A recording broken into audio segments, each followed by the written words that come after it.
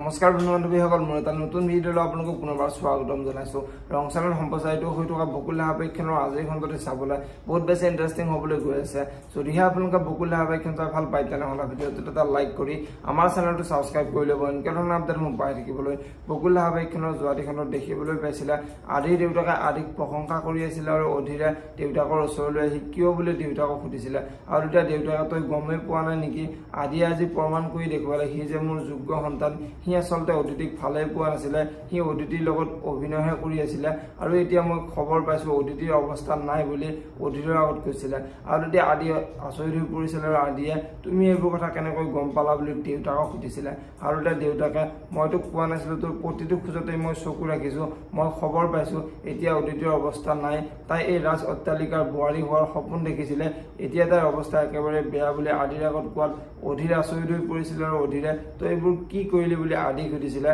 আৰু তেতিয়া আদিয়ে মোক এইবোৰ কথা সুধি নাথাকিবি বুলি আদি তাৰ পৰা গুচি যোৱা দেখিবলৈ পাইছিলে আৰু আজিৰ খনতে দেখিবলৈ পাব আদিয়ে ৰুমলৈ গৈ দেউতাই বাৰু এইবোৰ কথা কেনেকৈ গম পালে, এই কথাবোৰ কেৱল বিকিহে জানে, তাৰপিছতো দেউতাই কেনেকৈ গম পালে, মই দেউতাক এইবোৰ কথা সুধিবই লাগিব বুলি আদি দেউতাকৰ ওচৰলৈ আহি তোমাক এইবোৰ কথা কোনে ক'লে বুলি দেউতাকক সুধিব আৰু তেতিয়া দেউতাকে এইবোৰ কথা মোক গাৰ্গীয়ে কৈছে বুলি আদিৰ আগত কোৱাত আদি আচৰিত হৈ পৰিব আৰু আদিয়ে গাৰ্গী এইবোৰ কথা কেনেকৈ গম পালে, পিছত বিকি আৰু গাৰ্গী মিলি মোৰ সম্পৰ্কটো ভাঙিবলৈ প্লেনিং কৰিছে, ইহঁতক মই ভালকৈ একাত দিবই লাগিব বুলি আদিয়ে চিন্তা কৰিব আৰু আদিয়ে বিকিক লগ ধৰিবলৈ যাব। এতিয়া বাৰু আদিয়ে বিকিক কি কৰিব দেখিবলৈ পাব বকুল ধাৰাবাহিকখনৰ আজিৰ খনটিত। এইফালে আজিৰ খনটিত অদিতিৰ পেহীয়ে অদিতিৰ ওচৰলৈ আহিব আৰু অদিতিৰ ওচৰলৈ আহি তোৰ বাৰু কি হৈছে, তই কালিৰ পৰা এনেকৈ কান্দি আছ, তই মোক কিয় একো নকোৱা বুলি অদিতিক সুধিব আৰু তেতিয়া অদিতিয়ে মই যিটো ভবা নাছিলোঁ সেইটোৱেই হ'ল, তুমি ঠিকেই কৈছিলা, ইহঁত কেতিয়াও সলনি হ'ব নোৱাৰে, আদিয়ে মোৰ লগত প্ৰবঞ্চনা কৰিলে বুলি পেহীয়েকৰ আগত ক'ব আৰু এতিয়া পেহীয়েক আচৰিত হৈ পৰিব আৰু পেহীয়েকে